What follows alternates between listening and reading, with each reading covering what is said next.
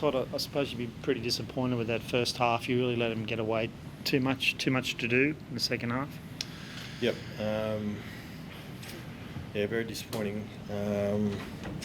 Conceding the points that we did in that first 40 put us under far too much pressure and it was too much to chase down. Showed a heap of fight, got ourselves back in the game, but a couple of costly moments with 12-13 minutes to go quelled anything that we're putting together.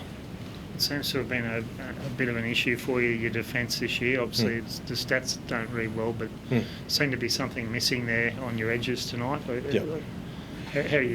Why is that, do you think?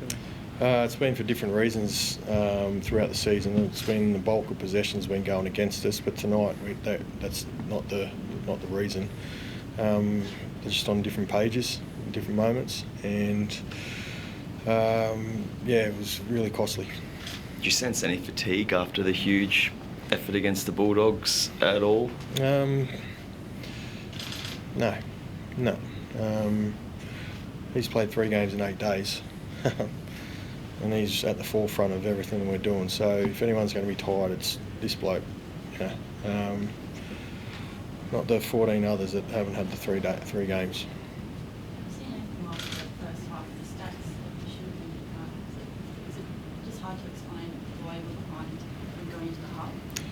Well, when guys aren't getting their job done, and it's one-on-one misses or misreads, they're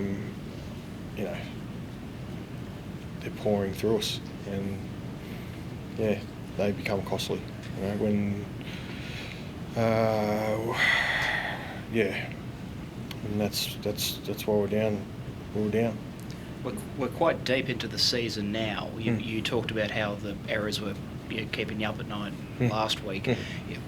What can you do at training for the rest of the year to try and take a bit of momentum for the rest of the year? Just purposeful training, individual reps, individual coaching, unit coaching, team coaching, doing everything with a purpose behind it. Last week was difficult. We only had 5 days. This week we've got a longer turnaround, so it's important we get some good training days. Tom, you've seen other teams like Newcastle been in similar positions in recent seasons and put a run together. Do you think this team can do it, because you're going to need to do it? I think if you're going to make the 8, you've probably got to win nearly every game. You're capable of turning this on its head? Yeah, certainly, yeah. I think our biggest challenge is just getting it together and then being consistent with it. And you look at this season, we've had so many games where we've been up and down, and then in patches of play, we're just so patchy and up and down throughout the game as well. And I've got a lot of belief, and I know if we get it together and get it right, we can get a strong run in the back end of the season. You guys had all the territory really in the first half there, just not able to execute. I think there were 3 errors inside their 10 as well. Was it credit to Dolphins' defence, or just what was going on with the execution on your end?